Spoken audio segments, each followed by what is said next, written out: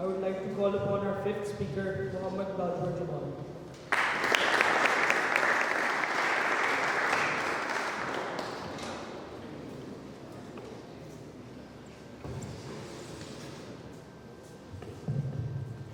Assalamu everyone. I'll be speaking on the topic absolute freedom leads to absolute tyranny, and I'll be starting now. The square is silent now. Smoke hangs where voices once rose. Somewhere beneath the rubble lies a shoe half buried, its owner gone, its story unfinished. In the echoes of war, amidst the rubble of dreams, in the spaces where lives were lost and empires rose and fell, there were always whispers of those who spoke of something worth preserving. When nations succumbed to hatred, when ideologies were drenched in the bloodshed of innocence, there were always those who believed that love, life, and equality were worth the fight. Ladies and gentlemen, it wasn't might that shaped the world we cherish today, but the resolute spirit of those who refused to let freedom destroy itself. In Paris, the crowd is cheering, not because someone has won, but because someone is about to die. The man is pushed forward, his hands shaking, the blade above his head catches the sunlight. Just yesterday, the square rang with songs of freedom. Today, it is waiting for blood. The crowd shouts liberty as the guillotine falls. This is what freedom looks like when it forgets mercy. The French Revolution began with hope, with people who believed that freedom could cleanse injustice from this world. They tore down crowns and shattered chains and sang of equality, but once freedom cut itself loose from restraint, it grew hungry. It demanded purity, it demanded loyalty, it demanded enemies, and soon the revolution realized how easily freedom can turn cruel, how it can punish doubt and silence dissent and kill in the name of virtue. They called it liberation. But in the shadows, it was ruled by fear. In Athens, long before Paris, freedom spoke in calmer voices.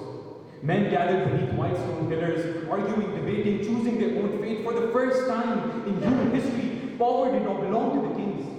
And yet one day, Socrates was handed a cup. No tyrant condemned him, no army dragged him away. The people decided. The same people that chose wisdom, chose silence for that day when the poison touched his lips. Democracy learned a hard truth. Freedom without wisdom silences the very voices it needs most. In Rome, freedom did not arrive with violence alone. It arrived with comfort. People cheered, they feasted, they watched. Responsibility pinned, virtue died. Liberty stopped meaning duty and started meaning desire. Rome did not fall because its enemies broke through its gates. It fell because freedom lost its discipline. And when order collapsed, power returned louder, harsher, and absolute. Ladies and gentlemen, these aren't ancient stories, these are warnings. Freedom does not lead to order, it leads to chaos. And when chaos comes, it destroys. But not all freedom ends this way. In Montgomery, Alabama, men and women walked not because they could, but because they must. They walked past hatred, past dogs and batons and jail cells. Martin Luther King Jr. spoke of freedom too, but his freedom was not reckless. It was measured and it was moral and it was careful. He did not ask for his freedom to strike back, to burn down cities or to answer violence with violence. He asked for his freedom to stand upright like a human being, to be seen and to be heard and to be equal in worth. Ladies and gentlemen, he chose restraint when anger would have been easier. He chose discipline when chaos would have been louder. He knew that he had to limit himself, because if he didn't, the movement would fall apart. Ladies and gentlemen, in Siberia, Alexander Solzhenitsyn saw what happens when man mistakes total power for total freedom. He saw a state that thought itself to be unbound by truth, unanswerable to conscience, liberated from moral law. What followed was not greatness, but it was cold, hunger, and silence. Men disappeared into the night. Words became crimes. Truth became dangerous. Solzhenitsyn suffered under that system.